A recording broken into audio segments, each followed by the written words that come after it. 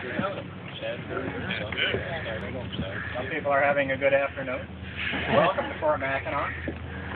You can step forward, it very rarely explodes. I assure you, it's quite safe.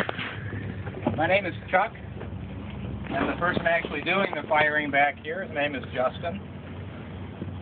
So, I'll introduce my Canon at this time. It's an 1841 6-pound field cannon. Now 6 pounds represents the weight of the ball that we would shoot out there. It's about the size of my fist as a reference. Now if we were to load this cannon with 20 ounces of black powder and fire it out there, we could actually hit a tree on Round Island. We have no idea which tree we would hit because it's a smoothbore weapon from 1841, and we basically throw the ball out there. There's no rifling. But at the end of the break wall out there, which is a good reference of about half a mile, that's about the accuracy distance of this piece of artillery right there. By accuracy, I would describe that as if I could hit a 100-foot target 1 out of 3 times, we would be considered a very good gun crew. But we are not going to fire a live round today, as much as we would like to.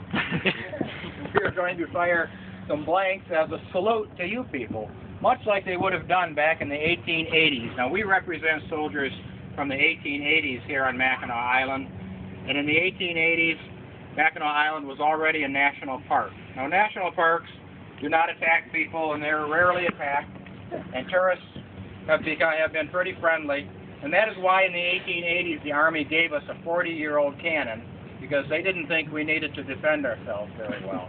But we did use it. We used it in the morning for reveille. We used it at night for sunset. We fired off for special occasions. On the 4th of July, we would fire this cannon 38 times. Who can tell me why we would do that in the 1880s? How many states there were? 38 states. You guys are sharp. That's very good. We would also fire it for any visiting dignitaries that would come to the island as a salute. Now, you guys are the visiting dignitaries today, so we're going to go ahead and fire a salute for you to welcome you. And with that, I'll talk about the process of actually firing this old cannon. I have a leather patch, and I'm going to do what is called thumb stalling. I'm going to cover up this little touch hole back here, stopping any air from passing in and out. And then Justin will take an auger, which is called a worm. He'll take it down there, and he'll be able to extract any debris that was left in there from the previous firing. When he's sure that it's clean, he'll take another tool, which is a wet swab, and he'll place that into a bucket of water, basically a giant Q-tip or a sponge. He'll run it down through the barrel, and the water will extinguish any spark that was left in there from a previous firing. It's also going to do something else. As he pulls it out, listen to that. That created a vacuum. Now, without oxygen, it will put the sparks out that are in there.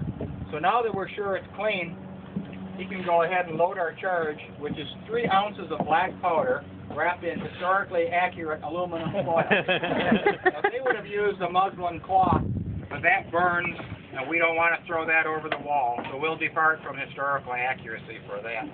We're also going to depart from historical accuracy by using a crimped rod to seat the charge. Now, they would have used a straight ramrod, which would put his arm right in line of fire in case it did discharge prematurely. Now we'll roll this whole piece into position. And there are a few more steps. Justin is going to take a rod, which is called a gimlet. He's going to put it through the touch hole. He's breaking open the charge and exposing the powder. Now we have a primer, which is actually a new contraption for 1840. It's like a .22 shell. There's a friction primer in there. When he pulls that apart, it'll spark.